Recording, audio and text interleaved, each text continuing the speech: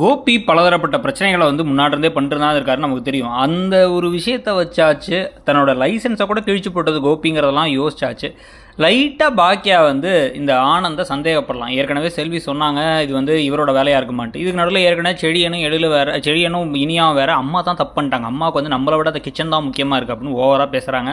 இதில் எழில வேறு அமிர்தா வந்து நீங்கள் பிள்ளையா நீங்கள்லாம் உங்களை எப்படி உங்கள் அம்மா வளர்த்தாங்க, எவ்வளோ கூட இருந்தாங்க, உங்கள் திறமைக்கு எப்போ வேணால் ஆப்பர்ச்சுனிட்டி கிடைக்கும், உங்கள் அம்மா வெளில அனுப்பி அவமானப்படுத்தி ஒரு ஆப்பர்ச்சுனிட்டி தேவையாங்க, இவர் நியாயத்தை சொல்லணும்னு ஒரு பக்கம் நடந்துகிட்டு இருக்கு. இதுக்கு நடுவில் கோபி ரொம்ப பெருமையாக வந்து அந்த படத்தோட பேரையே நான் மாற்ற சொல்லிடுவேன் வேறு சொல்லிக்கிட்டு இருக்காரு. நான் சொன்னால் வசந்த் கேட்பார் அப்படின்ட்டு ஏதோ வசந்துக்கிட்ட ஒரு காசு கொடுத்து வச்சிருக்க மாதிரி. அதுக்கு ராதிகா வேற திட்டி விட்டு போயிட்டாங்க. இதுக்கு நடுவில் ராத்திரி பகலாக அந்த ஆயுத பூஜைக்காக எல்லாத்தையும் செஞ்சுக்கிட்டு இருக்க ஈஸ்வரியும் கூட சேர்ந்து செய்ய அந்த ஆனந்த் ஏதோ முடிய பார்த்தா எதையோ மோசமாக செஞ்சுட்டு இருக்காரு.